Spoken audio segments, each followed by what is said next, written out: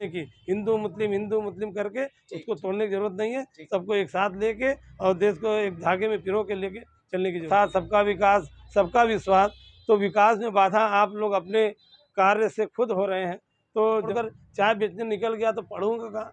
वो एक तरह से कैसे पढ़ेंगे? अब वो तो माननीय मोदी जी खुद कहते हैं, दूसरा कहने की जरूरत नहीं है। हम लोग जैसे देखते हैं वैसे बताते हैं। वो 3 बार के मुख्यमंत्री रहे गुजरात के। ये उन्होंने देश की जनता को नहीं बताया कि मैं मुख्यमंत्री हूँ। और अब जब चाय बेचा तो चाय बेचने के नाम पे उन्होंने प्रधानमंत्री बन गए। तो ये क्या बात है बताइए? अब सब जो है देश की जनता सब देख रही।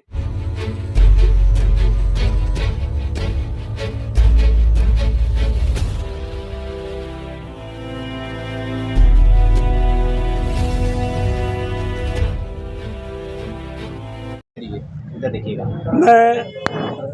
नमस्कार, मैं हाजी वकास अंसारी, पार्षद वार्ड नंबर 39 जलालीपुरा। नगर निकाय चुनाव का आरक्षण आ चुका है, किस तरह से तैयारी कर रहे हैं, क्या मुद्दा रहेगा?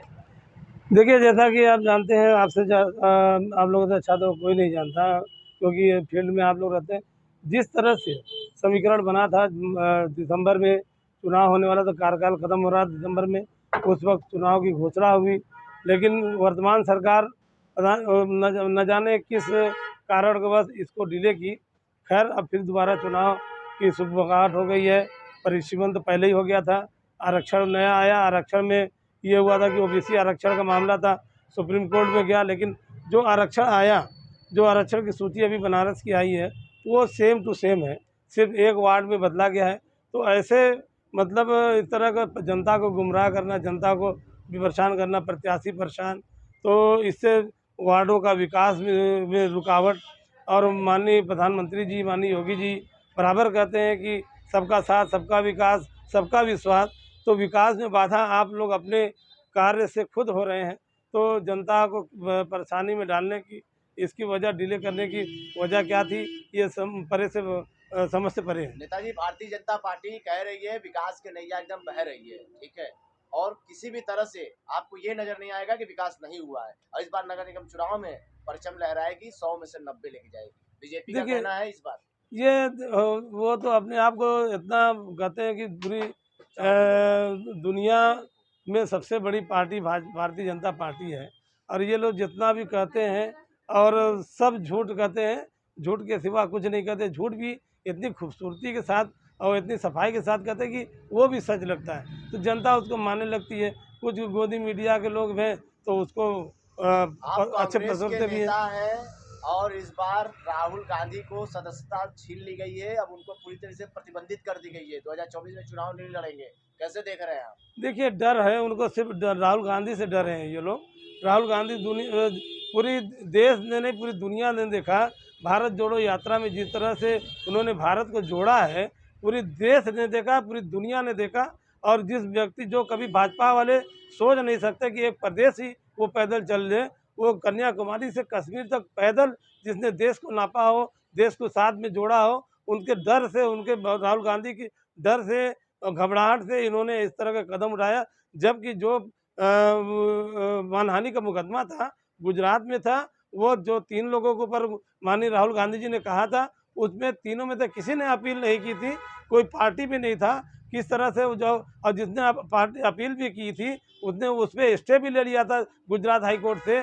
लेकिन जब राहुल गांधी जी ने 20,000 करोड़ का जो अडानी के सेल कंपनी में लगा, उसकी बात जब करना शुरू किया, और उसके डर से कि ये तो पोल खुलने जा रही है। अब किसी ने तो कहा कि भाई अडानी कंपनी ही भाजपा की कंपनी है, तो वो सब सारा खुलासा ये लोग उससे डर गए। इसलिए माननीय राहुल गांधी जी के ऊपर ये इल्ज़ाम लगा के उसको सदस्यता रद्द कराई, उसके बाद घर खाली कराया। देश की जनता देख रही है, देश की जनता देख रही है किस तरह से जो जिसने अपने घर, खानदान, परिवार को सब देश के लिए नछावर कर दिया है, ये वो जाएगा किसकी ये दिखावा करने के लिए? नहीं, राहुल गांधी एक सच्चे और ईमानदार देश के सच्चे भक्त सिपाही हैं। और उनके दादी ने देश के लिए बलिदान दी, उनके पिता ने देश के लिए बलिदान दी। ये घर क्या है, उनके जो अरबों खरबों की संपत्ति थी वो देश के लिए निछावर कर दिया। मोदी जी की डिग्री मांगी जा रही है, लेकिन हाईकोर्ट ने साफ तौर पे कह दिया कि प्रधानमंत्री की डिग्री नहीं ले सकते, ऐसा कोई कानूनी है कि आप डिग्री मांग सकते। तो किस तरह की राजनीति हो रही है? प्रधानमंत्री की डिग्री के पीछे लोग पड़ गए हैं। क्या प्रधानमंत्री अनपढ़ है क्या? देखिए वो अपने बात से खुद कहते हैं। माननीय प्रधानमंत्री जी का एक वीडियो हम लोगों ने भी देखा। माननीय प्रधानमंत्री जी बातों बातों में कुछ ऐसी बात अपने आप को सबूत दे देते हैं कि लेकिन उनको खुद नहीं प्रधानमंत्री जी पता। ने तो साझा कर दिया अपनी मार्कशीट, उन्होंने 62.3% पाया है एमए में। जब वो एक एक साक्षात्कार उन्होंने दिया था राजीव शुक्ला जी के साथ, उन्होंने कहा कि देखिए पढ़ना, मैं पढ़ा लिखा नहीं, मैं तो बचपन में जो है घर छोड़कर चाय बेचने निकल गया तो पढ़ूंगा कहाँ। वो एक तरह से कैसे पढ़ेंगे। अब वो तो माननीय मोदी जी खुद कहते हैं, दूसरा कहने की जरूरत नहीं है। हम लोग जैसे देखते हैं वैसे बताते हैं। वो 3 बार के प्रधान मुख्यमंत्री रहे गुजरात के। ये उन्होंने देश की जनता को नहीं बताया कि मैं मुख्यमंत्री हूँ। और अब जब चाय बेचा तो चाय बेचने के नाम पे उन्होंने प्रधानमंत्री बन गए। तो ये क्या बात है बताइए। बस बस अब सब जो है देश की जनता सब देख रही। माननीय मोदी जी देश के प्रधानमंत्री हैं, सारे लोगों के प्रधानमंत्री हैं। देश की भावना का कदर करना चाहिए, देश को एक साथ लेकर चलना चाहिए। जैसा वो कहते हैं सबका साथ, सबका विकास, सबका विश्वास। पूरी देश की जनता उनके साथ है, लेकिन वो अपने कर जैसा कहें वैसा करें। देश हिंद, ये भारत है, हिंदुस्तान है। हिंदू, मुस्लिम, सिख, ईसाई, जैन, बौद्ध धर्म, पारसी, सारे जाति के लोग, तमाम धर्म जाति के लोग, तमाम भाषाएं के लोग इस देश में रहते हैं। इसका एक अलग पहचान है पूरी दुनिया में। उसके परंपरा को जो सदियों से चली आ रही थी, जो सारे देश को लेकर कांग्रेस पार्टी जोड़ के एक धागे में पिरो के लेकर चल रही थी, उसको ज़रूरत है आगे बढ़ाने की, ना कि तोड़ने की। हिंदू मुस्लिम करके उसको तोड़ने की ज़रूरत नहीं है। सबको एक साथ लेके और देश को एक धागे में पिरो के लेके चलने की ज़रूरत है। ठीक है।